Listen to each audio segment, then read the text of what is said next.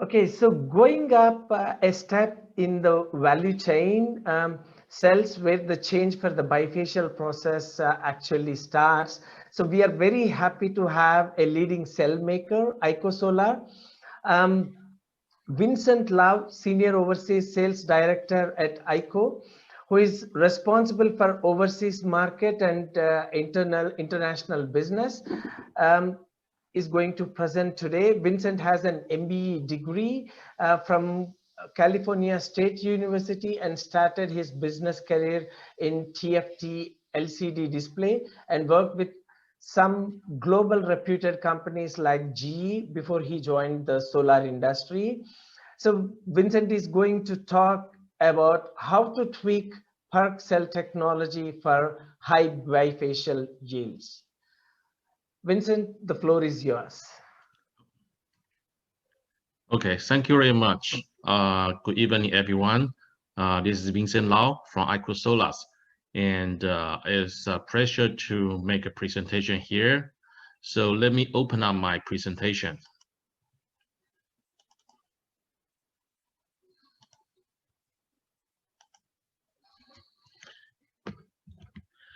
Okay, Aikosolar was founded in Foshan, Guangdong in year 2009. And in the beginning, we only have around 400 megawatts capacity, and all of them just poly wafer, poly cells. And sorry, and we started going to PERC production in year 2017. That was actually just 4 years ago, but for solar industry, it's like centuries, already 1 century and 200 years, something like that.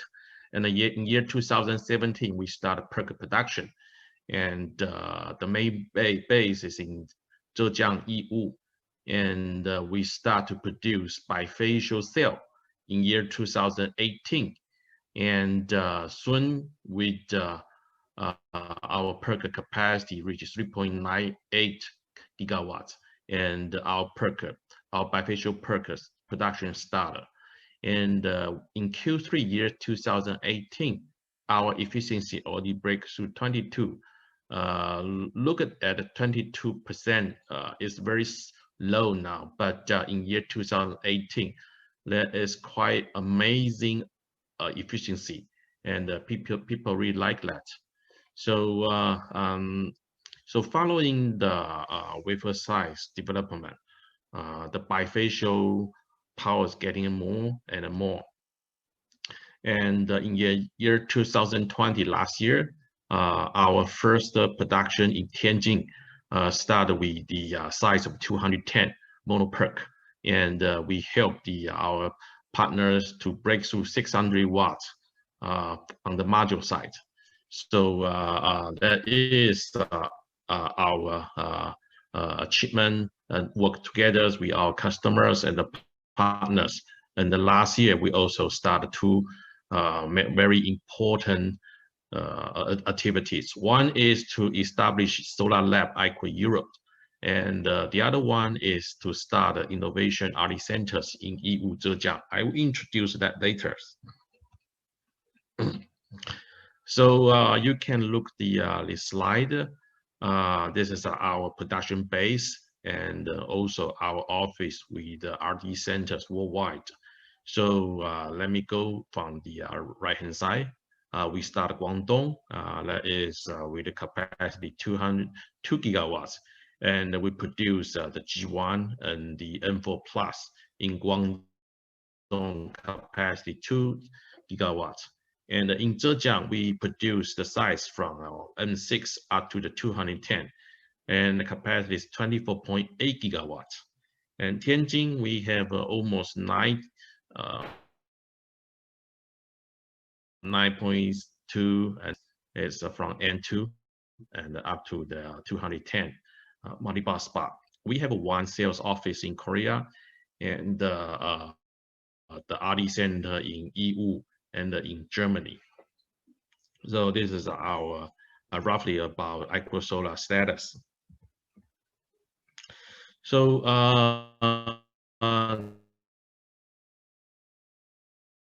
is how we work with our can. And every size is equipped with the bifacials, because in year 2018, when you talk about a bifacial, people still have a doubt about a bifacial. But right now, everything's almost bifacial. If you don't have a bifacial, that means you are out. And so you can see the size from the left-hand side, the G1 up to the 210. No matter how they do the singlet and half cut, they will be only bifacials. And we also think about how to improve the performance and make a difference with others.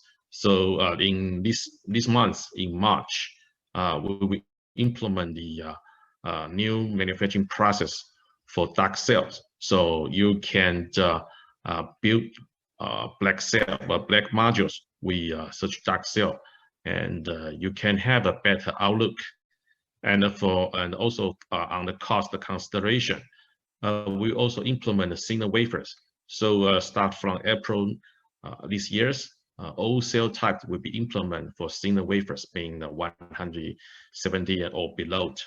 And again, for the futures, we are going to the new technology and also efficiency. New technology means maybe N-type, IBC, HBC efficiency maybe means everything above 23%. So here comes, we talk about the size first. So actually you can see here 2002, the size is only like a 125. And in year 2008, the sums come with the M2, the 156. Then in year 2019, 2020, the M2 and the G1 is going to be phased out very, very soon. So right now, everybody talking about the size with the M6 and above, like 182 and 210. Before the year 2019, there's only few items with the bifacials. But starting from last year's, everything is bifacial. And the bifacial, you just not P-type. You have to think about maybe HJT, TOPCon, and N-type. So this is something we are also going to do. We call that 8.0 era in year 2022. So it's come with the also quality requirements, because something bigger, you need some better warranty and assurance. So quality requirements like a CID, PID, DH3000s, bifaciality, DH plus NL, TC600, hotspot issue, they'll be all considered and asked by our partners and the customers. Then the sales efficiency will be also one of the considerations. So with the mono, you can only have like a 20-21%, and the PERC we start from 21.5, SME PERC 21.8. At this moment, we see that like a low efficiency, but in year 2019, there was a quite a good SE 23% bifacial, and also dark cell plus PERC. And heterojunction 25%, IBC, HBC, perovskite. This is the roadmap and the efficiency we see we are going to do with the Aikosolar. So here comes with the size again, because the size comes first, then the bifacial come after that. So then the both of the together, the module output increase a lot, really a lot. So you can see the G1 and compare with the M4 Plus, it's only like a 3.63% bigger. And here comes 163, is like 6% more. But suddenly the M6 show out, is 8%, almost 9% bigger than the G1. Then the 182 is 31%. And here comes this 210. Is almost 75% bigger than the G1. So with the wafer size and the cell size getting bigger, the module size getting bigger and bigger too, it's like a rocket high, the efficiency, and also come with the proportion of the wafers. It's suddenly just become from a child to be an adult. It's like just one night. So look at this slide. The mainstream in the market for the G1 will be 9 bus bar, and 9 bus bar is for overseas manufacturing, meaning outside of China, and for manufacturing in China, all focused on 9 bus bar, and then you got a 9 bus bar M6 and the 12 bus bar M6 and the 182 and the 210. So start from the M6, larger size cells are born with bifacial features. Means that when we produce first piece of the M6, it is already bifacial. And we also think about if we just produce the bifacial, then what will be the next step? How we can make it better? Because everybody has a bifacial. How we can do that? How we can make it Aikosolar and the bifacial cells different from others? So this page shows the percentage of Aikosolars with the larger size and the bifacial production. So like I just introduced before, in year 2008, with the G1, we still divide it to the monofacial and the bifacials. Then in year 2019, it seems like only 30% or less than 40% sales will be the bifacial. But last year, 2020, it suddenly come with a big size and the bifacial. So you can see the red bar there is almost 70.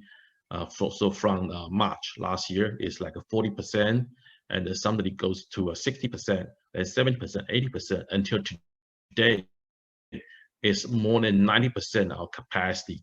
36 gigawatts out of 90% of the 36 gigawatt will be bifacials. And because they come with a big size, you can see December year 2020 is almost 90% size above M6. So at Aikosolar, shipment and the production of bifacial and the larger mono PERC cells have accounted for more than 90% in Q4 2020. So like I mentioned earlier, how we can make a difference from others manufacturers. So not just bifacial, we also do the classification and metrologies for the backside. Means that we measure every piece, the front side and the rear side, so we can know the efficiency on the for the both sides. And we also suggest you use the same size. Means if, for example, if the rear side is like 60%, you should use all 60% for the same on the same pieces of the module. And in the beginning, there's a debate said if we measure both sides and do the classification, then we slow down our production efficiency and slow down the speed. But with the innovation method to the production line, we work with outside supplier to make a new way to measure the front side and the rear side. So this is a machine we installed on the production line.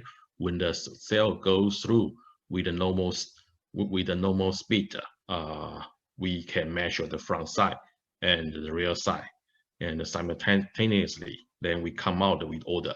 Then we use the machine automatically select the different efficiency, goes to different bin and different buckets, and pack it up and send it to the customers. So we also did a test for the bifacial modules. The one with the rear side classification or without classification, the back side. All three of them are bifacial modules. So the test site is located in Gonghe County, Qinghai Province. That is Class 1 light resource, Class 2 area. And the test period is last year's. And we started from 7 a.m. to 9 9 p.m. So module type is 350 watt G1 bifacial module. Ground type, the waist length with sunglass on the ground.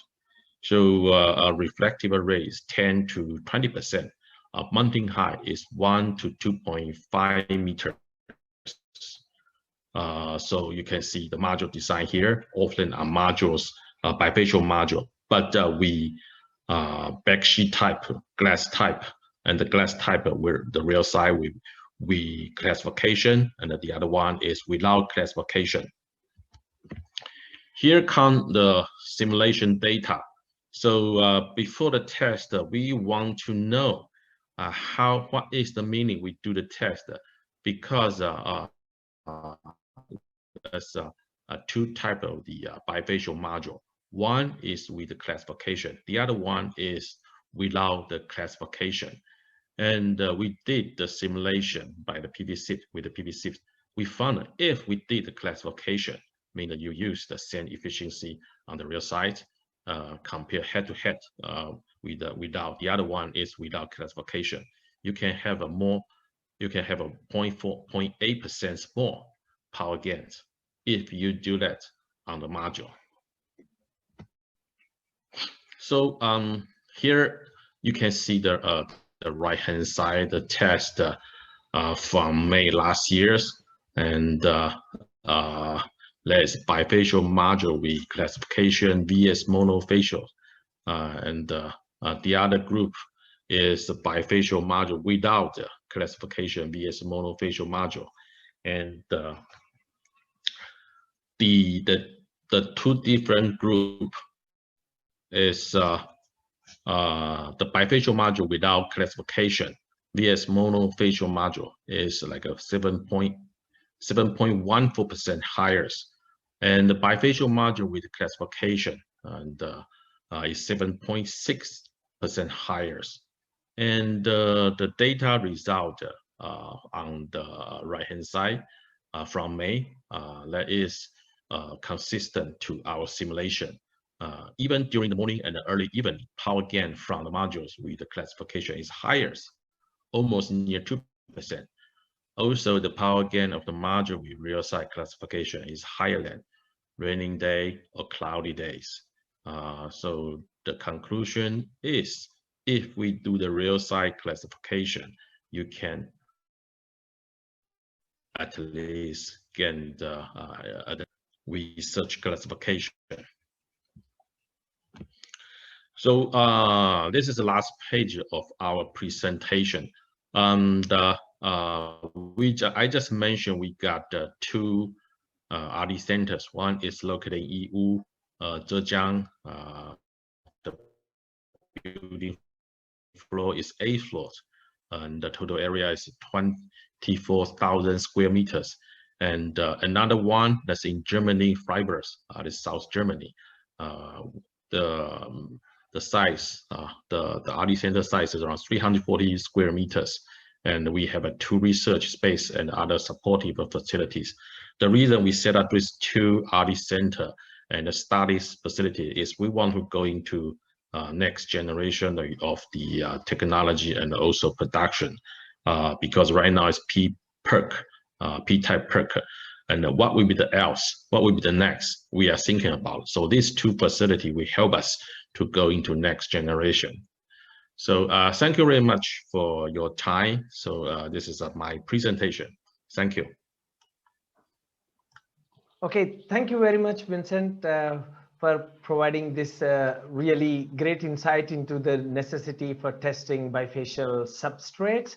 So unfortunately, we do not have a lot of time for questions, but I would like to take one question. So what is Aiko's roadmap in terms of wafer thickness?